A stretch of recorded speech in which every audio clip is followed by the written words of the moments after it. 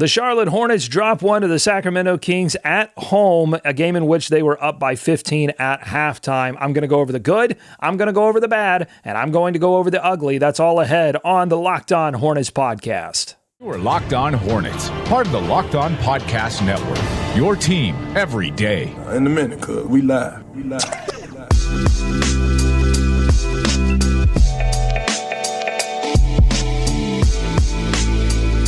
This is Locked On Hornets. Welcome in. We are part of the Locked On Podcast Network, your team every day. Today's episode is brought to you by our friends at LinkedIn. LinkedIn Jobs helps you find the qualified candidates you want to talk to faster. Post your job for free at linkedin.com/LockedOnNBA. Thanks so much for making Locked On Hornets your first listen every day. We are free. We are daily wherever you get your podcast. If you like to listen, Apple Podcasts, Spotify, all of those apps.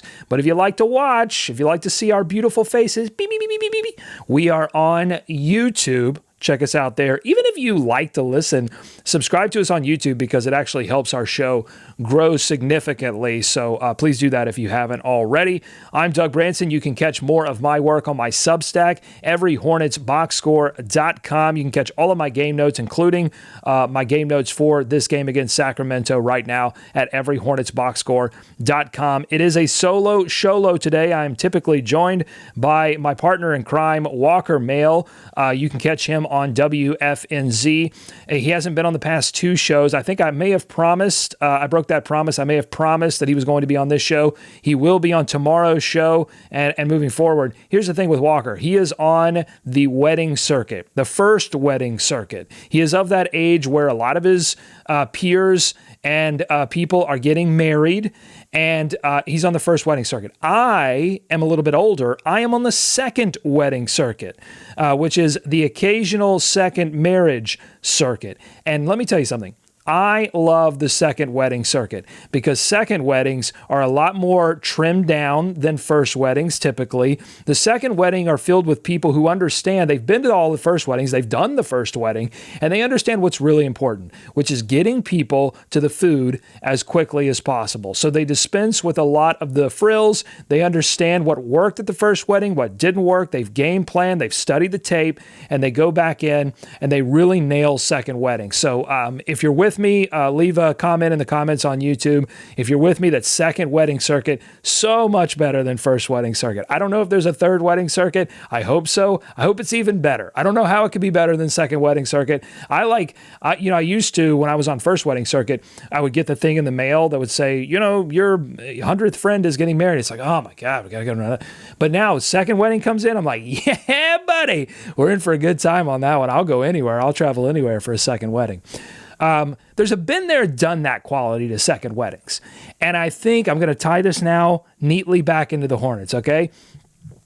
I think that I was reading a lot of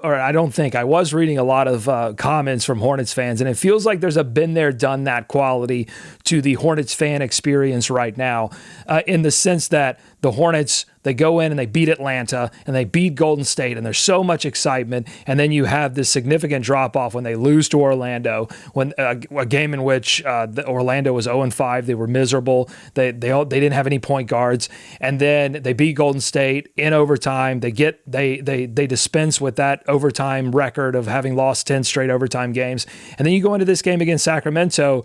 They're 1-4. And then De'Aaron Fox goes out of the game early, so it feels you have a 15-point lead at halftime. Everything feels like it's going your way, and then things fall apart in the third quarter. We're going to get to that later in the show. I'm going to dive into that third quarter and some of the ugly in this game as well that happened in the fourth quarter that really sealed the loss for the Charlotte Hornets. So there's a been there, done that quality, but I think things are still different. And there is this looming kind of elephant in the room, which is that they don't have LaMelo Ball. They don't have Terry Rozier. They don't have Cody Martin, which I don't want to forget Cody Martin because I think Cody would have significantly helped them come back in this game in that fourth quarter, or at least maintain in that fourth quarter, because they did have a 3-point lead.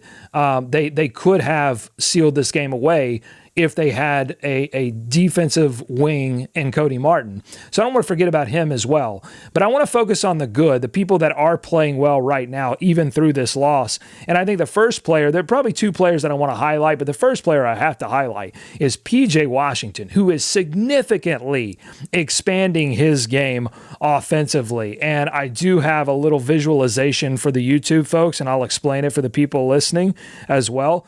But here is let's start with his shot chart from last season. So this is his shot chart from last season, and you can see ton of three-point shots, ton of shots at the rim. This is a very modern shot chart, very Houston Rockets, Daryl Morey shot chart, not really expanding much into the mid-post or the mid-range, some stuff on the block here, but mostly right at the rim and right at three. And this is low-usage PJ Washington shot chart here. Last season, he was a low-usage player. This season so far, though, his usage has gone up. They are depending on him for offense, and you can see with this shot chart, there's a lot around the mid post, and he's doing really well. There are a lot of circles here marking makes in the mid post area, and then in the mid range too, long twos. He's getting players to bite on a shot, and he's moving in for long two shots as well, and those are going in. So still has a significant number of 3-point shots, still a ton at the rim because his game, in terms of putting the ball on the floor, he's so much better than he was last year, putting the ball on the floor, getting inside and making people miss or foul him. And he said after this game that he put a lot of work in the summer on doing just that. I think part of it was on his body. He's slimmed down. He's more agile. He's more quick. But also, there is a skill bump in terms of the things that he's doing. But I show you that expansion to really just illustrate like all the different kinds of things that he's doing with his game. And I'm sure you've noticed it when you watch. Like, there's the pull-up jump shot is there. The catch and shoot three-pointer is still there. He was good at that in previous seasons. But now there's turnaround jump shots. There are little baby hooks. There are step back shots that he's pulling off the dribble, step back. Like, that's just stuff we didn't see from PJ Washington. Maybe rarely, but we didn't, or at all. I don't know. I can't recall. But to see those, and he's knocking them down over tough defenses. But in this game, he was one of the lone bright spots. 28 points, 12 of 21, 3 of 4 from 3. Did get to the line once, but 28 points, 5 rebounds, 3 assists. He was great. 36 minutes. Him and Dennis Smith Jr., I think the other bright spot in this game, played the most minutes, and they are significantly leaning on him. And if you look at some of the cleaning the glass numbers, his points per shot attempts, if you take away that Orlando game was obviously miserable for him, and then if you look back that New Orleans game, he didn't do well as well. Those are two outlier games for him. But if you look at just generally, if you take the lowest game and the highest game away, his points per shot attempt is sitting somewhere around 125, which would be great for a big, which is what he is. What he's listed as in cleaning the glass. But over the past 2 games, his usage has been 25.6 and 20%, which are high for a big. Points per shot attempt, 127 against Sacramento, 129 against Golden State. I mean, these are fantastic numbers that he's putting up right now. And Steve Clifford made sure to mention, too, that they're not only working it to him offensively for shots, but they're also looking to get the ball to him, right there in the middle of the floor to set up passing game for cutters and for, getting it to the corner for corner 3-point shots to Kelly Oubre and others. So they're really running the offense through PJ Washington. Now, the interesting question is what happens once LaMelo Ball comes back, once Terry Rozier comes back? How do you shift that? There's going to be some significant shifts in usage and the way things are happening. And is there a way that Steve Clifford can work PJ in more when those players start to come back? What does that do to Gordon Hayward's, offensive load? I think, we're seeing something similar to what happened last season, right? Where Miles Bridges made super strides in the things that he could do offensively, and he took more of the responsibility, and you saw Gordon Hayward sort of shrink when that happened because LaMelo was playing. And then once Terry Rozier came back, Terry Rozier started to take more of a load. And you saw Gordon Hayward sort of shrink back into the background. Who shrinks? I mean, I think that's a big question moving forward. Okay, a lot more to get to in this one. I want to talk about Dennis Smith Jr. some because he had a great stat line in this one. But then we got to get, I mean, obviously they lost the game. I don't think it was as embarrassing as a loss to Orlando, but it was still a significant loss. We got to talk about some of the bad that happened, why they lost, and some of the ugly later in the show, including the defense on Kevin Huerter. I mean, you got to defend Kevin Huerter at the three-point line. There were breakdowns all over the place. We're going to get to that as well. But first, I want to talk to you about our friends at LinkedIn. These days, every new potential hire can feel like a high-stakes wager for your small business. I know I have a small business. I hire out contractors all the time. You want to be 100% certain that you have access to the best qualified candidates available.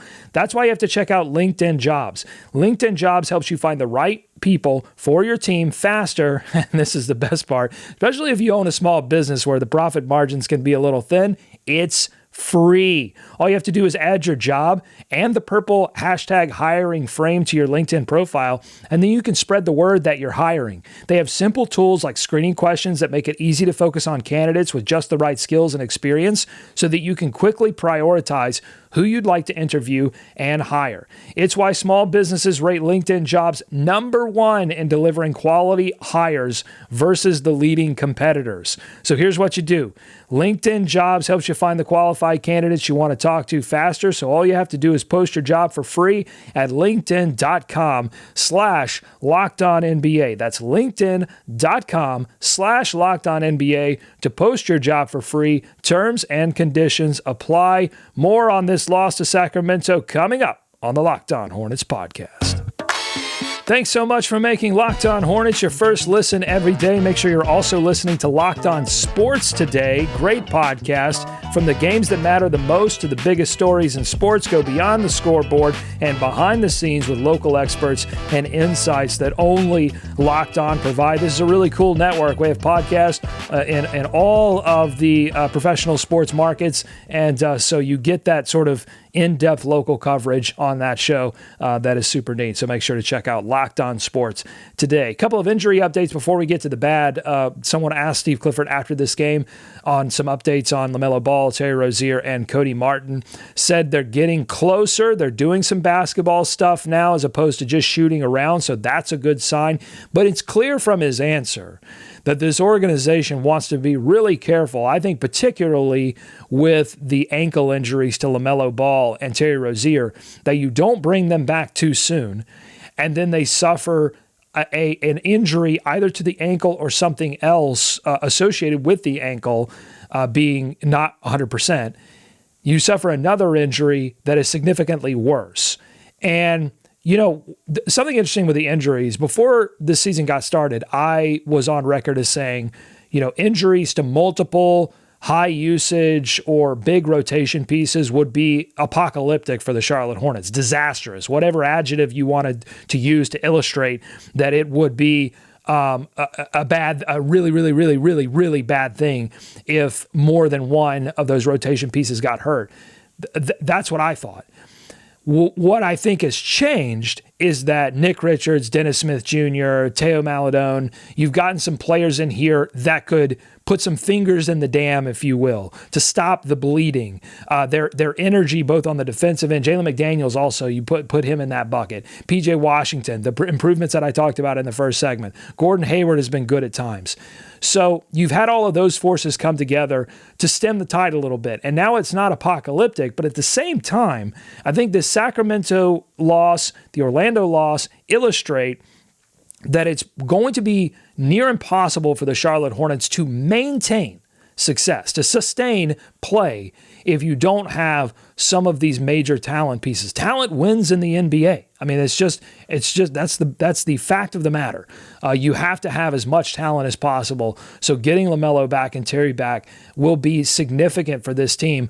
There might be some growing pains. There might be some things that they have to figure out rotation-wise, but in the long term, it's going to be good for this team, and they've got to figure out, you know, how quickly is quick enough, and you don't want to slow play it either, because you don't want to put yourself in a significant hole, especially early in the season when the schedule itself is favorable to you. It's later in the season when we get into the cold winter and really in the spring where the schedule tightens up for the Charlotte Hornets. Okay, let's zoom back into this game against the Sacramento Kings. Again, they lose. That final score is 115-108, but they were up 15 points at the half. I mean, they looked pretty dominant, to be frank. I mean, especially offensively, the Kings, their defense had broken down in that second quarter. They were playing a little bit better than the first quarter, and the Hornets go on a little bit of a run there to end the half. But, without De'Aaron Fox goes down with some knee soreness, doesn't return to this game. And so you think even though Davion Mitchell had come in and knocked down a few shots, he was like, I think Eric Collins said it several times on the broadcast, he came into this game 2 of 12 from 3. What was his final stat line? I mean, Davion Mitchell was crazy. 9 of 11 from the field, 5 of 6 from 3. So he had that sort of bench wrench game. But at the same time, you had to feel good going into the half. You just came out with that same mentality that you started the game with. They're finally starting games well. If you just come out with that same mentality, then you probably take this game easily. But instead, the third quarter was filled with turnovers. They're not taking care of precious possessions that they can use to score. And fouling was still a significant issue in this third quarter. They had the same number of fouls and turnovers, 7, as they had field goals in this game. And had it not been, by the way, for James Bouknight hitting some clutch threes at the end of that third quarter, this game might have been out of reach even before the fourth quarter. But Sacramento wins that quarter 37-18, and it was giving up a lot of three-point shots, but a lot of those three-point shots were coming in transition, scramble mode, off of silly turnovers.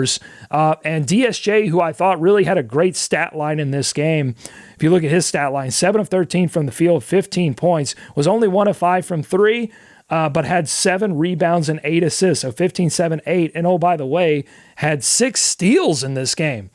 But he has 4 turnovers. And that's, 8 assists and 6 steals. Yeah, that's going to outweigh the 4 turnovers. The problem is you add those 4 turnovers to not literally, but almost everyone on the team had 2 turnovers. This was a team-wide turnover issue, and it was also a fouling issue. It was also, offensive fouls, bad screens, that kind of thing. Just fundamental stuff that was really hurting them in that third quarter.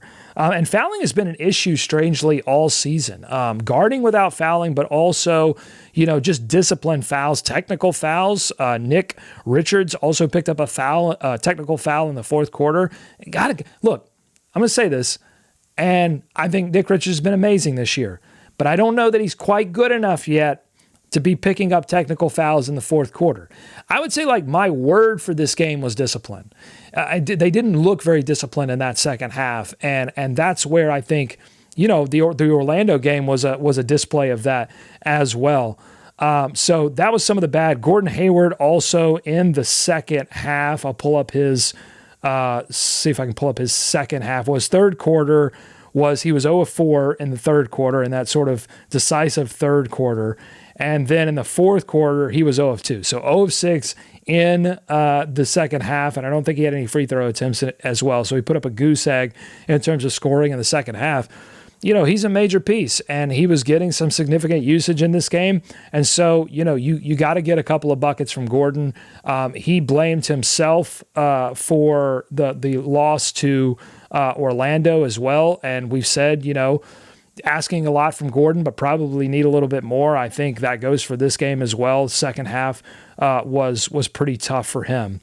So that's some of the bad. There was an opportunity, though, for the Hornets to get back into this game in the fourth quarter. PJ had a brilliant move to get Rashawn Holmes to bite, dish to Nick for the easy bucket. Hornets were down by 2 early in the fourth quarter. And, going back to that first segment where we were talking about PJ, he was showing the full bag at the beginning of the fourth quarter. Had amazing footwork to score over Lyles early in that fourth quarter.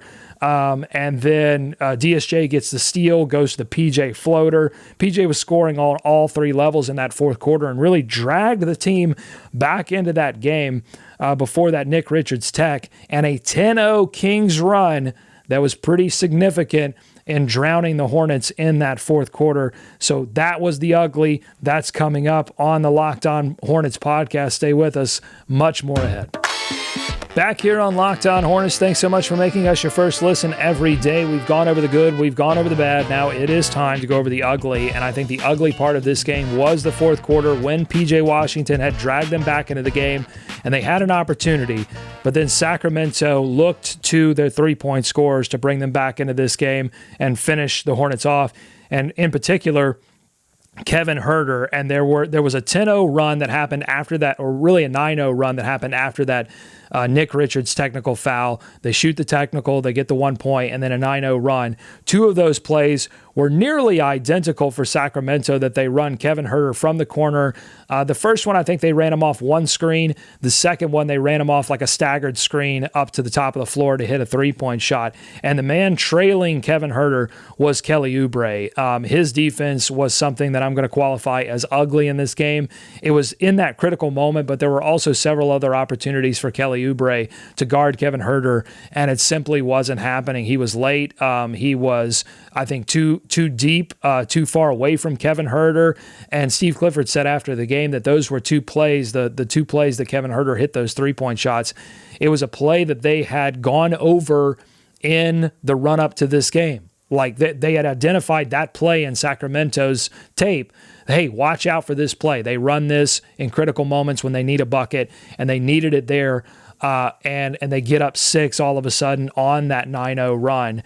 And so, look, Kelly Oubre has given the Hornets a lot of positives so far this season. We've said he's matured a lot, especially offensively. He's gone from Tsunami Papi to Tsunami Father. He's doing some interesting things offensively, and he has at times become a pest defensively. I look back to that Golden State game. He got a key turnover on Steph Curry, made Steph Curry travel because he's getting his hands in there, being handsy, being a pest defensively. But it's not good enough just to be a pest defensively. You also have to be disciplined enough defensively, especially in key moments in the game when you're with the starting group. Clifford put the starting group back in at the 6-minute mark in the fourth quarter. That's when things have to lock down, especially when you have a lead, when you're up 3. Everybody has to be doing their job in order to secure that kind of win, especially when Sacramento had made the statement in the third quarter. Sacramento was there to win that basketball game. You have to know that. You have to understand that. And then you have to be ready and understand what you had learned in those tape sessions, in those practice sessions, in that lead up to the game, and identify, I recognize this cover. This is where Kevin Huerter gets a staggered screen and moves up top, and stay attached to Kevin Huerter. Instead, Kelly Oubre takes himself completely out of the play, had no shot. When Kelly Oubre and Gordon Hayward were on the same side of the floor, it usually led to a Sacramento bucket. There was some kind of either miscommunication between Gordon Hayward and Kelly Oubre, or single coverage, and Kelly Oubre was just behind the play. Kelly Oubre is starting right now because it's something he's always wanted, by the way. He wants to start on an NBA team. He's made that abundantly clear. He wants to start, and he's starting right now because LaMelo's out, because Terry's out. And, I don't know that he's necessarily doing enough in that moment, sure. But overall defensively, Kelly still has issues that I think are going to prevent him from being a starter, especially on a Steve Clifford run team that looks for that discipline defensively. It was an ugly moment, and ultimately, I think if you're Steve Clifford, you're probably taking the 30,000 foot view and going, okay, yes, that was a bad sequence, no doubt about it. But if you protect the basketball in the third quarter, if you don't turn it over, if you control possessions, you have a 15-point lead. You should be able to maintain at least part of that, go into the fourth quarter with some confidence, and not foul, then you win the game, regardless of Kelly Oubre missing, on a couple of coverages and making some mistakes. You probably still win the basketball game. So I don't, and I want to be fair and not like totally put the spotlight on Kelly Oubre and say that particularly is why it happened at a moment that essentially was a go-ahead moment for the Sacramento Kings. The Hornets still did have opportunities. I would say I would put in my ugly bucket Point Plumlee, and it's tough to put in the ugly bucket because I know there were a lot of people out there sharing the highlights of Point Plumlee when he was spinning spinning through Rashawn Holmes, dunking when he was dribbling the basketball around a Gordon Hayward screen for a dunk. Point Plumlee can look amazing at times, but there was a critical moment in the fourth quarter when Point Plumlee got a steal and then got it picked from behind. And that was, again, another blown possession that the Hornets didn't even have an opportunity to score. Because look at the box score, okay? The Hornets for the game shot 51% from the field, shot 48% from three. They haven't even been shooting well from three this season. This was kind of a rare 14 of 29 from three. The focus has not been on the three-point line for the Charlotte Hornets this season. It's been a big difference from last season. But you get a great three-point shooting game from this team. They're missing Terry and LaMelo, two of their best three-point shooters, so that makes sense, right? But this one, you get a good three-point shooting game. Now, you don't shoot enough free throws, and you give them too many free throws. The free throws that you do shoot, PJ missed one, Mason missed three, Nick Richards strangely missed two. So you go 8 of 14 from the free throw line, but you shoot the ball well enough. You get points in the paint. You're doing things that you typically would do when you win basketball games, and you don't, and that really comes down to controlling possession. So I'd put that in the ugly bucket. The fact that Davion Mitchell comes off the bench, not shooting well, he's a bench wrench. That's tough. That's ugly. And I think finally Vegas sort of caught up with the Hornets, if you will. That's kind of it's been an interesting sort of storyline for the Charlotte Hornets. They've been either because of the way they lose to teams like Orlando and they were favored to win against New York, they've been tricking Vegas. And then they were double-digit point dogs to the Golden State Warriors and to Atlanta, and they win both of those games. So they kind of had Vegas a little bit dizzy. But then coming into this game, I was looking at the line. At home, coming off that win against Golden State, you're hosting Sacramento, who's probably better than the record, 1-4. I don't think there's a doubt about that. And Vegas had the Kings favored by 3 points. So I think Vegas was like, all right, Hornets, I got you now. You get a big win, and then there's a bit of a letdown. And that's what the Hornets are right now. And I think, again, that's a reflection of still trying to learn how to play the Steve Clifford way. I think that's a reflection of missing LaMelo Ball, missing Terry Rozier, so much offense having to be run through Gordon Hayward and PJ Washington. Not as many options. That bench fairy tale has really subsided at this point. Nick Richards offensively isn't playing the way Nick Richards was playing offensively in the first couple of games. You didn't have a big Teo explosion. Dennis Smith Jr., I think, has maintained. That's one of the things that actually has kept stride with what it was early in the season. But you need LaMelo back. You need Terry back. Now you're looking at 2 away games, one against Chicago, one against Memphis. I just did read, and we'll get to this in the preview soon, but Chicago won't have Zach LaVine. So again, you have another opportunity against a team without one of their star players. But that doesn't mean anything. Honestly, you look at this one. De'Aaron Fox goes out in the second quarter, doesn't come back. And the Hornets still, there's enough talent on every team that if you don't play disciplined basketball, if you give away possessions and you don't remember the plays that you went over in practice and don't execute on those plays defensively, then you will lose basketball games. And it doesn't matter if it's against the Kings or the Celtics or the Warriors or the Heat. It doesn't matter. That you have to play the right way or teams are going to catch up with you. So Vegas finally caught up with the Hornets. The Hornets will have to catch up on the road with against Chicago and against a really tough Memphis team too. The good. If I go back to the good part is, okay, yeah, they're back and forth right now. Win, loss. They had the 2 straight losses to Orlando and the Knicks, and that Knicks was almost a win. But they haven't gone on a significant losing streak as well. And I think a lot of credit goes to Steve Clifford. A lot of credit goes to PJ Washington, Gordon Hayward, Dennis Smith Jr., and some of these bench wrenches that the Hornets have that have been playing well. So we'll see what they do against Chicago, against Memphis. We'll have a bunch of previews, a bunch more ahead on the Locked On Hornets podcast. Thanks so much for making us your first listen every day. For your second listen, make sure you're checking out Locked On Sports Today. From the games that matter most to the biggest stories in sports, go beyond the scoreboard and behind the scenes with local experts and insights only Locked On can provide. Locked On Sports Today available on this app or YouTube if you're listening, and wherever you get your podcast. Walker Mail back on the show tomorrow, I promise. Go Hornets. Go America. Let's swarm Charlotte.